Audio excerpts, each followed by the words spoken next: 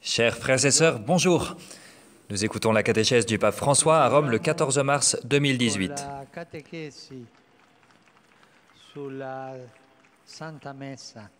Nous poursuivons notre catéchèse sur la Sainte Messe. À la dernière scène, après avoir pris le pain et le vin et avoir rendu grâce, Jésus rompt le pain.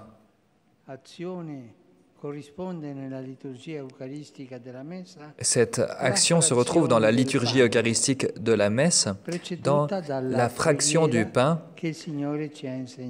précédée par la prière que le Seigneur nous a apprise, la prière du Notre Père.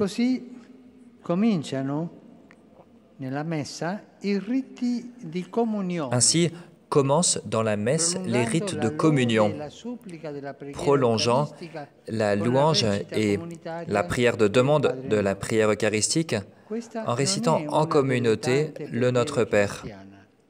Le Notre Père n'est pas une prière chrétienne parmi d'autres.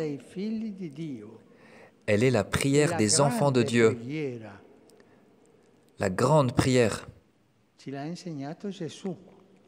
C'est Jésus qui nous l'a apprise, la prière du Notre Père.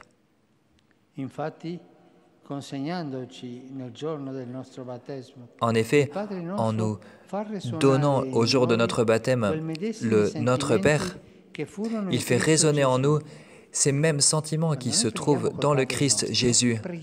Quand nous prions le Notre Père, nous prions comme quand Jésus priait. Nous disons la prière que Jésus a dite, la prière qu'il nous a enseignée. Quand les apôtres lui ont demandé « Maître, apprends-nous à prier comme tu pries », eh bien Jésus priait ainsi. Il est si beau de prier comme Jésus.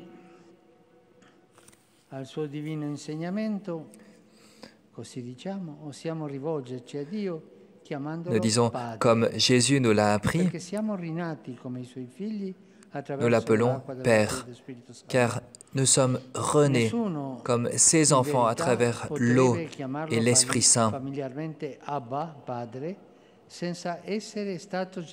Personne ne pourrait appeler Dieu Abba, Père, sans avoir été engendré par Dieu dans l'Esprit Saint, comme saint Paul nous l'enseigne. Nous devons y réfléchir. Personne ne peut appeler Dieu Père sans que l'Esprit Saint lui soit donné.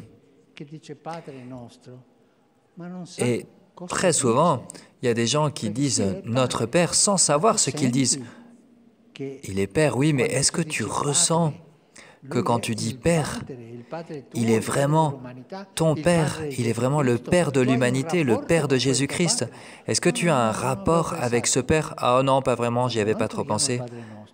Quand nous disons le Notre Père, nous sommes en relation avec le Père qui nous aime. Et c'est l'Esprit Saint qui nous donne ce lien avec le Père, ce sentiment d'être enfant de Dieu.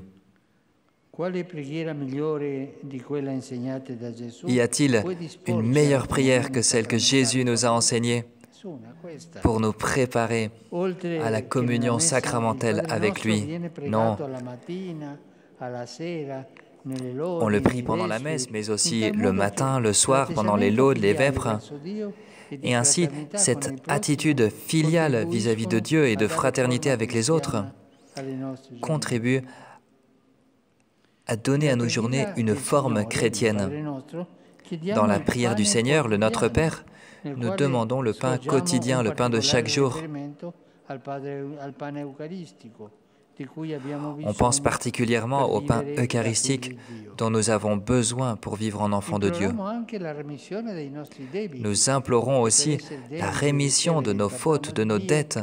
Et pour être dignes de recevoir le pardon de Dieu, nous nous engageons à pardonner ceux qui nous ont offensés. Et cela n'est vraiment pas facile. De pardonner les personnes qui nous ont offensés, ça n'est pas facile. C'est une grâce que nous devons demander. Seigneur, apprends-moi à pardonner comme toi tu as pardonné, comme toi tu m'as pardonné.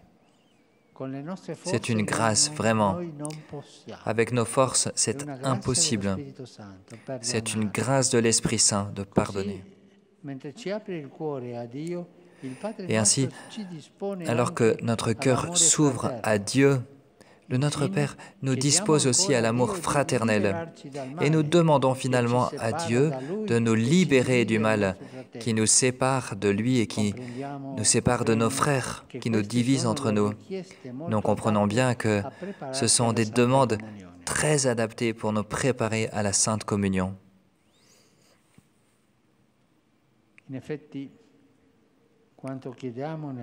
En effet, ce que nous demandons dans le Notre Père est prolongé par la prière du prêtre qui, au nom de tous, supplie « Délivre-nous, Seigneur, de tout mal et donne la paix à notre temps. » Et ensuite, cette prière reçoit comme un sceau dans le rite de la paix. On invoque la paix du Christ, le don de la paix, une paix très différente de celle donnée par le monde. C'est une autre chose que le Christ fasse grandir l'Église dans l'unité et dans la paix selon sa volonté. Ainsi, par le geste concret que nous échangeons entre nous, nous exprimons la communion ecclésiale et l'amour réciproque avant de communiquer le sacrement. Dans le rite romain, l'échange du signe de paix, qui a été mis depuis l'Antiquité juste avant la communion, est ordonné à la communion eucharistique. Selon l'enseignement de saint Paul, il n'est pas possible de communier à l'unique pain qui fait de nous un seul corps dans le Christ sans se reconnaître réconcilié, pacifié par l'amour fraternel. La paix du Christ ne peut pas s'enraciner dans un cœur incapable de vivre la fraternité et de la reconstruire après l'avoir blessée. C'est le Seigneur qui donne la paix et le Seigneur nous donne aussi la grâce de pardonner à ceux qui nous ont offensés ou avec qui nous sommes divisés. Le geste de la paix est suivi par la fraction du pain qui, depuis les temps apostoliques, a donné son nom à toute la célébration eucharistique. Il a été accompli par Jésus à la dernière scène, et ce geste de la fraction du pain est justement le geste qui a permis aux disciples de le reconnaître après sa résurrection. Nous nous souvenons particulièrement des disciples d'Emmaüs, qui, quand ils racontent la rencontre avec Jésus ressuscité, disent qu'ils l'ont reconnu à la fraction du pain. La fraction du pain eucharistique est accompagnée par l'invocation « Agneau de Dieu », figure par laquelle Jean-Baptiste a indiqué Jésus comme celui qui enlève le péché du monde. L'image biblique de l'agneau nous parle de la rédemption.